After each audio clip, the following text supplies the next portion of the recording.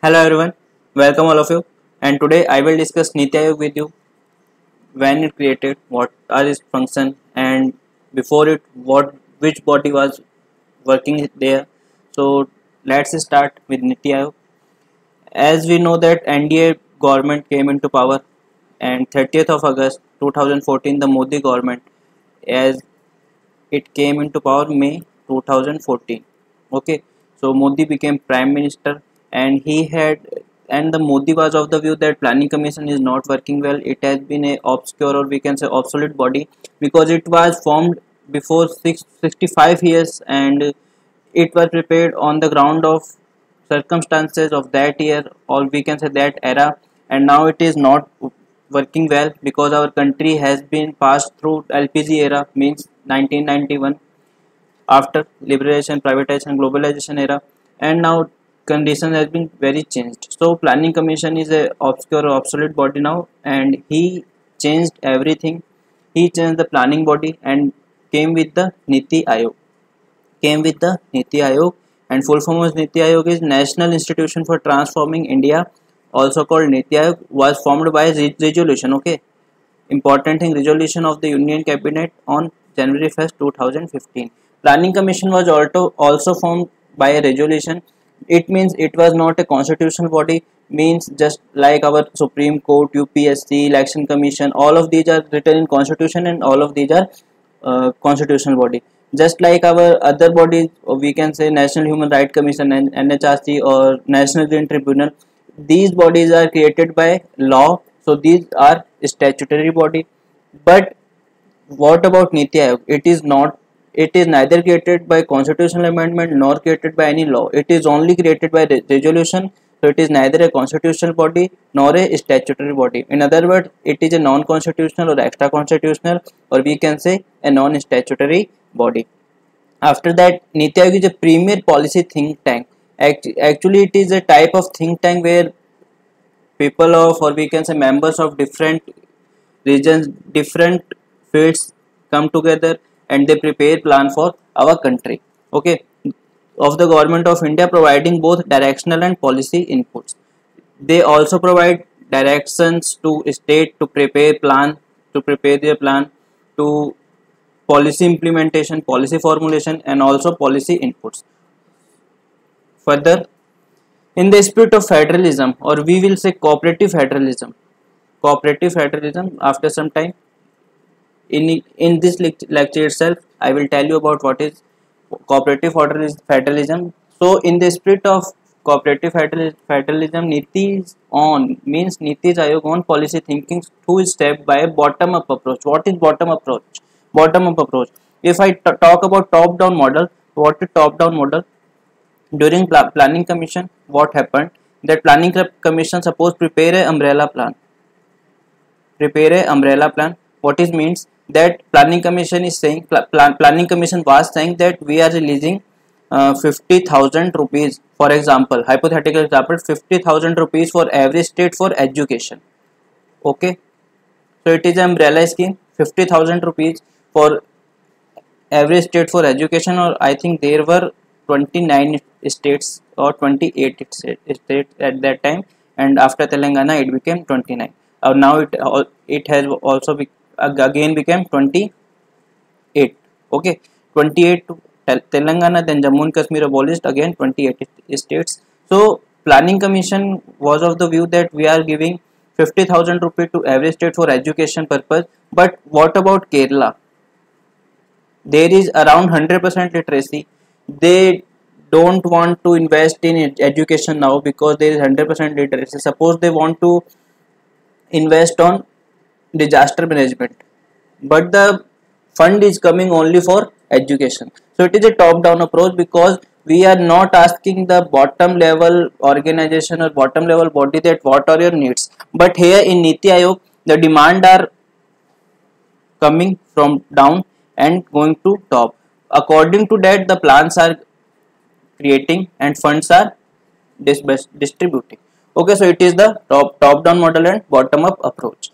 Next, present composition of Niti Aayog, it may be not seen to you ex officio member, I will tell you in next slide. But here The first of all, there is chairperson, who is ex officio chairperson is Prime Minister at present Narendra Modi. Same in Planning Commission. The chairman of Planning Commission was Prime Minister itself. He is the ex officio. Ex officio means if any person becomes the Prime Minister, he will automatically become the chairperson of this body. It implies Niti Aayog. And after that, there is the vice chairperson, who is Rajiv Kumar at present. I am preparing lecture at this time. Dr. Rajiv Kumar is vice chairperson. It may be that today or tomorrow he can resign or his tenure may be end. But at present, when I am preparing this lecture, the vice chairperson is Dr. Rajiv Kumar. Also, there are some full-time members or some part-time members and some some ex-officio members, or we can say invitees, special invitees by the government or Niti Aayog. So, full-time members, there are only 3 members at present: V.K. Saraswat, Professor Ramesh Chand, and Dr. V.K. Paul. All of 3 are full-time members, and there may be maximum two part-time members, which may be from any university or maybe an eminent person in the economic line or economic field. Okay, now I am telling you the ex officio members. Mean if any person becomes the Minister of Defense, he will be the ex officio member of, he will become automatically the member of Niti Aayog, means ex officio member. At present, Rajnath Singh. Then Minister of Home Affairs, whoever is Minister of Home Affairs, he will become or she will become the member of Niti Aayog. So Amit Shah. Now Minister of Finance and Corporate Affairs, Sitaraman, and Narendra Tomar, he is Minister of Agriculture. So if any person has this department, he or she will become the member of Niti Aayog. Now I am coming to Governing Council. What is Governing Council? Governing Council comprises of Chief Minister of all states, 28 states. After that, Chief Minister of Union Territory with Legislature, Delhi, Puducherry, Jammu and Kashmir, and Lieutenant Governor of other Union Territories. Okay, who are there?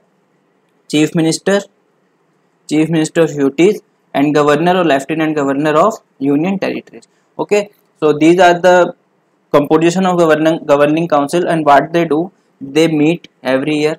Till now they have met, I think, 5 times. They meet and they demand, all the CM of all the states put their demand before this council, and the data is collected by Niti Aayog and the plan and fund distribution prepared according to it only. So Governing Council is itself fulfills the dream of cooperative federalism. Means all the Chief Minister, and if there is Legislative Council in UT, then Chief Minister of that two are sitting together. They are participating in making the plan. They are putting their demand and getting funds according to it. Now there is also a regional council for regional problems. These are from to address a specific issue. Just like I have said, for Odisha, for Kerala, there is a lot of problem of flood, cyclone. So it is their regional problem, not a, we can say, our national level problem. If I am talking about Rajasthan, there may be problem of drought and recent time locust attack. So it may be their regional problem. So regional council formed to address the specific issue and contingency impacting more than one state or region. Okay, if I am talking about drought, then there may be Rajasthan, Punjab. If I am talking about cyclone, there may be Odisha, then Kerala. There also may be Chennai city, Andhra Pradesh. So all regions have their different problems, and for different problems there must be different solution. So that regional council is formed under Niti Aayog. These are formed for a specified tenure. These are convened by the Prime Minister, comprised of Chief Minister of State, Lieutenant Governor of UTs. For example, there are 5 to 6 to region, just like North region, South region, East region, West region. So whichever state comes under that region, the Chief Minister of that state will be member of this regional council, and if there is Union Territory, then Chief Minister of or Lieutenant Governor of that Union Territory will become the member of this council. After that, these are chaired by the chairperson of Niti Aayog or his nominee. Means the chairperson, who is chairperson PM, if he is available, then he will chair the meeting. If he is not available, then his nominee also can chair this meeting, the regional council. Now I am talking about special invitees. There, the prime minister or chairperson can also invite some special person, special invitees. Maybe as of now, it may be changed in coming time. Sri Nitin Jairam Gadkari, Road and Transport Ministry. Sri Thawar Chand Gehlot is Social Justice Empowerment. Piyush Goyal, Ministry of Railway. Rao Indrajit, he has so much of ministries. Okay, so these are the. It is the composition of our Niti Aayog. Now, what are the objective and aims? So I have told I am telling you from starts that to foster cooperative federalism, it is the main objective of Niti Aayog. Then to develop the mechanism to formulate credible plans. Yeah, I have told this too, that at village level, at district level, there is the different demands of every region. So according to that demand, the mechanism to formulate credible plan will be created by Niti Aayog. To pay special attention to the section of our society that may be at risk of not benefiting adequately from economic progress. So there was a time during planning commission, many regions was left out due to the negligence or due to the, I have given the example of Kerala, because there is not requirement of education fund. So there may be other problems too. So Niti Aayog is giving special attention to these areas also, and to create a knowledge, innovation, entrepreneurial support system through a collaborative community of national and international experts. So there is a thing, Atal Innovation Mission has been started to fulfill this objective, and Tinkering Lab. Okay, Tinkering Lab, Atal Tinkering Lab has also started, which is providing the we can say advanced technological training to the student of college and schools. So it is the objective and aims. Now guiding principle. What are the guiding principle of Niti Aayog? First of all, Antyodaya means prioritize service and uplift the poor. Antyodaya means the service of poor, marginalized and downtrodden people of our country. Okay, so it is the enunciated by Pandit Deendayal Upadhyay idea of Antyodaya. Now inclusion. Inclusion means, here I am making a Venn diagram. For example, here is poor and fund is coming from here. So inclusion means the fund or any economic help must reach till here. Okay, any must reach here. After that, village integrate our villages, consider their requirement, collect their requirement and prepare plan according to that. Then demographic dividend, as we know that our country has maximum demographic dividend, means maximum population is young and below 60 below 35 years. 60% population below 35 years. So to use that population, the plan must be different. So it is also the guiding principle of Niti Aayog. Then people's participation, governance and sustainability. All these three you can read here. I am not reading it, you can read it from here. Now cooperative federalism. What is cooperative federalism? The two key feature or aspects of cooperative federalism are joint focus on national development agenda by center and state, and advocacy of state perspective with central ministry. What it means that center and state, it was the picture during planning commission, because no stake was state. For namesake, there was the demand were coming from state, but center was not working on it. But now the picture has been it, that center and state are coming together, working together, and center is working only on the demand of the state. So it is what's its meaning, the national development agenda by center and state, advocacy of state perspective with central ministry. It is the meaning of cooperative federalism, or in simple word, when the center and state work together to development of our country, then it is called the cooperative federalism, and it is the most important guiding principle, we can say, of our Niti Aayog. Now the questions are here. Also one more thing, that Niti Aayog is also publishing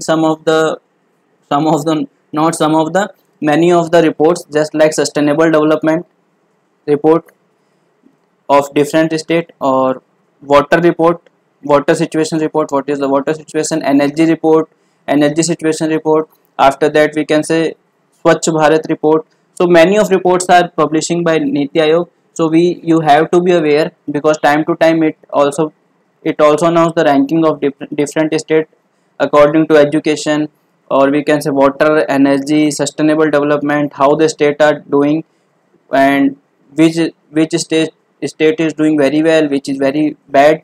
So all these report you must be aware of that. Now Niti Aayog is question is, Niti Aayog is following type of a body. Please pause the video after that and attempt the question. Okay, I think you have been attempted this.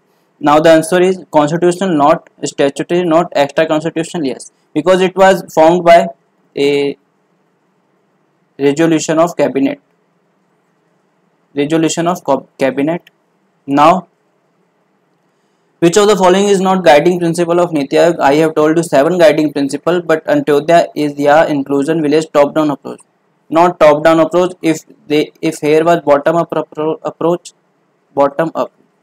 I have told you about what was top down and what is bottom up. Okay, so these are the 2 questions which I have told you, and this is from my side about Niti Aayog. And I think that now you can answer any question if asked. If there is question in SSC exam or banking exam or railway exam or any state exam, then you can answer it thoroughly. If we are talking about UPSC or state PCS, then there may be question in pre from this lecture, but in mains you have to be aware of it. Okay, in mains you have to be right. You may ask criticism of this topic, you may ask evaluation of this topic, so it have to be done by its you own. So for the MCQs exam this is sufficient, and that's it from my side. Thanks for watching this video.